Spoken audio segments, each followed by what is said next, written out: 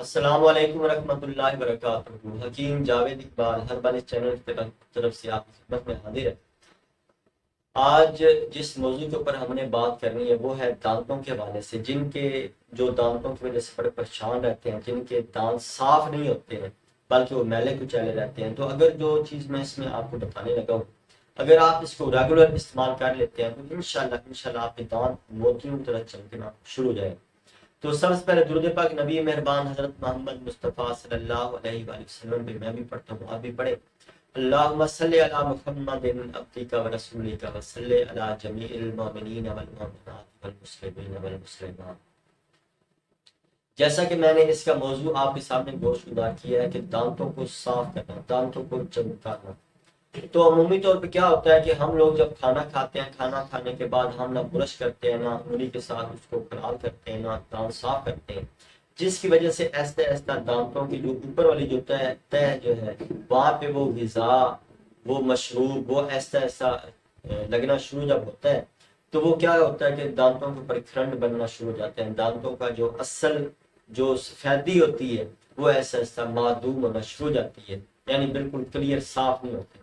حالانکہ اگر آپ چھوٹے بچوں کو دیکھیں جو تقریباً 2 سال 3 سال 5 سال کے جو بچے ہوتے ہیں تو ان کے دانت اگر آپ دیکھتے ہیں تو موتیوں کی طرح چمک رہے ہوتے ہیں، بالکل سفید دانت ہوتے ہیں۔ اس کی وجہ کیا ہوتی ہے کہ وہ بالکل وہ ایک تو دودھ پی رہے ہوتے ہیں، یعنی ان کی غذا بنائی طور پہ دودھ ہوتا ہے، لیکن جو ہم بڑے ہوتے ہیں ہم دودھ کو چھوڑ دیتے ہیں، دودھ کا استعمال بالکل نہیں کرتے ہیں۔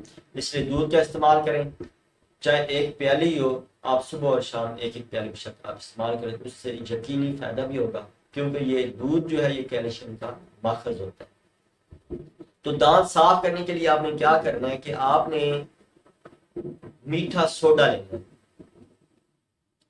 اس کے ساتھ آپ نے کیا کرنا ہے کہ تھوڑا سا آپ نے نمک ڈالنا ہے،